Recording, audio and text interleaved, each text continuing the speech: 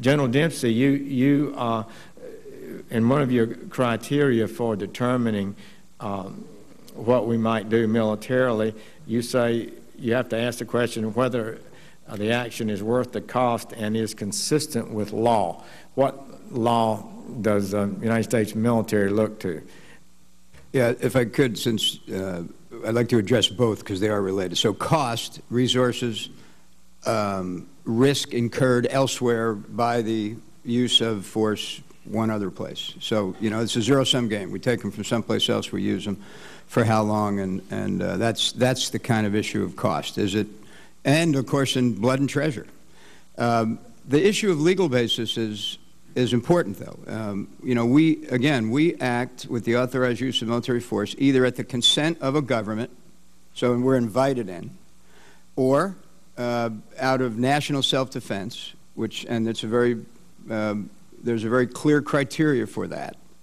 And then the last one is with some kind of international legal basis, an UNSCR. Wait a minute. Let's talk about an international legal basis. You answer under the Constitution to the United States government, do you not? And you don't need any international support before you would carry out a military operation authorized by the commander-in-chief. No, of course not. That's the second one I mentioned. I just want to know that because there's a lot of references in here to international matters before we make a decision. And I want to be sure that the United States military understands, and I know you do, that we're not dependent on a NATO resolution or a UN resolution to execute policies consistent with the national security of the United States. Now, Secretary Pinella, you, in your talk, in your remarks, you talk about first, we're working to increase diplomatic isolation and encouraging other countries to join the European Union and Arab League in imposing sanctions. And then you note that China and Russia have repeatedly blocked the UN Security Council from taking action.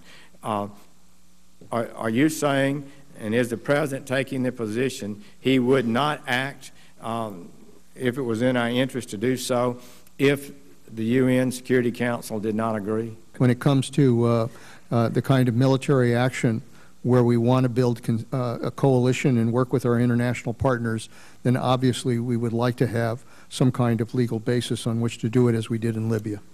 Now, some sort of legal basis. We worried about international legal basis, but nobody worried about the fundamental constitutional legal basis that this Congress has over war. We were not asked, stunningly, in direct violation of the War Powers Act, whether or not you believe it's constitutional. It certainly didn't comply with it. We spent our time worrying about the UN, the Arab League, NATO, and too little time, in my opinion, worrying about the elected representatives of the United States. Do you think that you can act without Congress and initiate a no-fly zone in Syria without congressional approval? You know, again, our goal would be to seek international permission, and we would come to the Congress and inform you and determine how best to approach this, whether or not we would want to get permission from the Congress. I think those are issues we would have to discuss as we decide what to do here. Well, I'm almost breathless about that, because what I heard you say is we're going to seek international approval, and then we'll come and tell the Congress what we might do, and we might seek congressional approval. No, well, I want to just say to you, that's a big dish. Wouldn't you agree? You've served in the Congress. Yeah.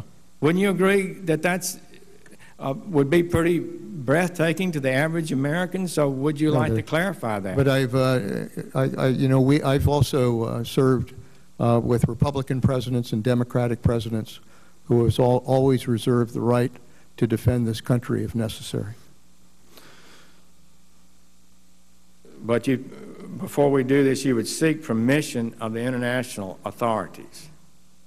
If we're working with an international coalition and we're working with NATO, we would want to be able to get appropriate permissions in order to be able to do that. That's something that all of these countries would want to have some kind of legal basis on which to act. What legal basis are you looking for? What entity? Well, obviously, if NATO made the decision to go in, that would be one. If we developed an international coalition beyond NATO, then obviously some kind of UN security resolution would be the basis for that. Coalition of, so you're saying NATO would give you a legal basis, and an ad hoc coalition of nations would provide a legal basis? If we were able to put together a coalition and were able to move together, then obviously we would seek whatever legal basis we would need in order to make that justified. I mean, we can't just pull them all together in a combat operation without getting the legal basis on which to act. Who are you asking for the legal basis from? If it's obviously, if the UN passed a security resolution as it did in Libya, we would do that.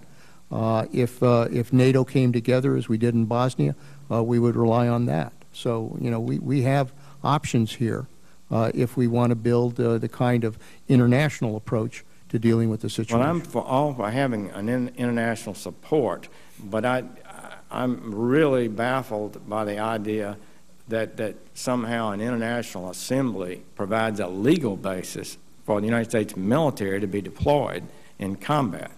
I don't believe it's close to being correct. They can provide no legal authority.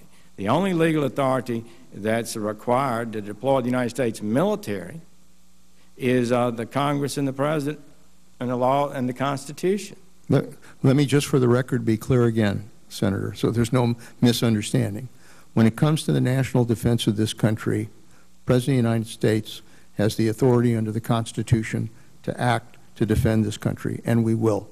If it comes to an operation where we're trying to build a coalition of nations to work together to go in and operate as we did in Libya or Bosnia, for that matter, Afghanistan, we want to do it with permissions either by NATO or by the international community.